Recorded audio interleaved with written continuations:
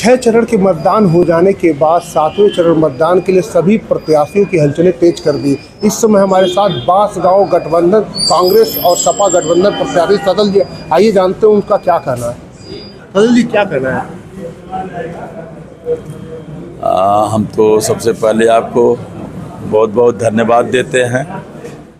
ये अपना कीमती समय निकाल करके मेरी भावना को संसदीय क्षेत्र के 5 विधानसभा क्षेत्र की सम्मानित जनता तक जो पहुंचाने में जो योगदान दे रहे हैं।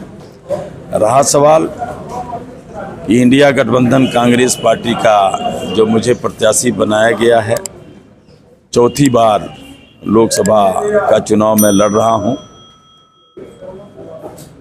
3 बार जो चुनाव मुझे हरा चुके, उनके कार्यकाल को अपने क्षेत्र बांसगांव संसदीय क्षेत्र की सम्मानित जनता ने 15 साल सांसद के रूप में देखा।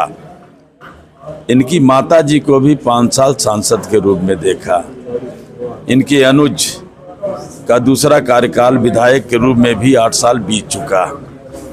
कहने का मतलब 28 साल एक ही परिवार को सांसद और विधायक के पद पे संसदीय क्षेत्र बांसगांव में हो गया। मैं संसदीय क्षेत्र की सम्मानित जनता से यही विनती करना चाहता हूं, हर 5 साल में आपको ये अवसर आता है वोट देने का, वोट के माध्यम से संसदीय क्षेत्र का सांसद बनाने का।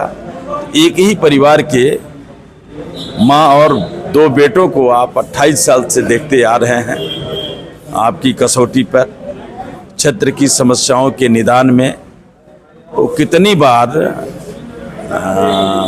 इन समस्याओं के निदान के लिए देश की संसद में आवाज़ उठाए, इन बातों पर विचार होना चाहिए।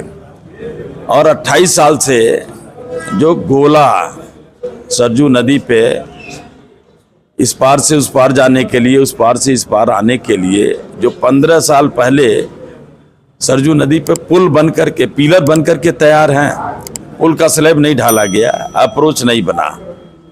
इसी तरह से बरहज में सरजू नदी पे आधे अधूरे पिलर खड़े हैं, वो भी 10 सालों से वैसे ही चुनौती बन के खड़े हुए हैं।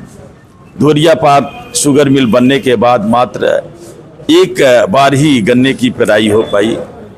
सहजनवा से ये जो दोहरी घाट तक का रेल संपर्क मार्ग जो 20 साल पहले स्वीकृत हो चुका था, 2004 में DPR तैयार हो चुका था, आज वो कहाँ किस हालत में, किस फाइल के नीचे दबा पड़ा हुआ है। ये गोरखपुर से लगाए बनारस तक का ये राष्ट्रीय राजमार्ग कछुए की गति से 15 सालों से जो चल रहा है। वर्तमान सांसद महोदय के करीबी ही ठेकेदार हैं, जो कार्य 5 साल पहले समाप्त हो जाना चाहिए, आज तक नहीं हो पाया। वो जो ओवरब्रिज जहाँ बनना चाहिए नहीं बनाया गया, जहाँ नहीं बनना चाहिए वहाँ बनाया गया। अंडरपास जहाँ होना चाहिए नहीं बनाया गया, जहाँ नहीं होना चाहिए वहाँ बनाया गया। सर्विस रोड की हालत बुरी से बुरी है। और सरदार नगर का शुगर मिल लंबे समय से जो है बंद पड़ा हुआ है। बरहज विधानसभा में कोई सड़क चलने लायक नहीं रह गया। यही हालत कमोबेश चिल्लूपार विधानसभा क्षेत्र का, यही हालत बांसगांव विधानसभा क्षेत्र का, यही हालत तमाम रोडों का जो है चौरी चौरा विधानसभा क्षेत्र का है। मैं संसदीय क्षेत्र की सम्मानित जनता से यही कहना चाहता हूं, एक ही परिवार को 28 साल से MLA MP के पद पर देख लिए। मैं भी आपका भाई हूं, आपका बेटा हूं।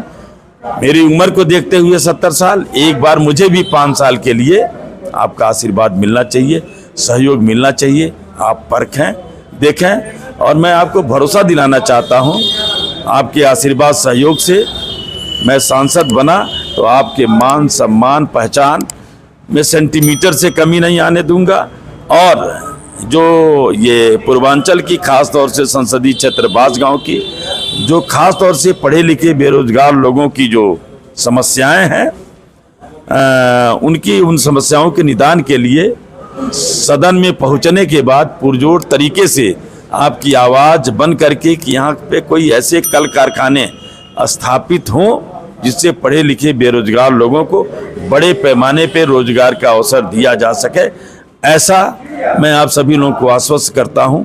आपकी आवाज बन करके सदन में इस कार्य को पूरा कराने का मैं प्रयास करूंगा। अच्छा, चुनाव मतदान नज़दीक 1 तारीख को मतदान है, ऐसे में आप हर जगह जा रहे होंगे, कहीं देखा जाए चौरी चौरा और बांस गांव में सांसद जो हैं वहाँ, वो वर्तमान सांसद, उनका विरोध भी हो रहा है। ऐसे में क्या लग रहा है, क्या वजह है?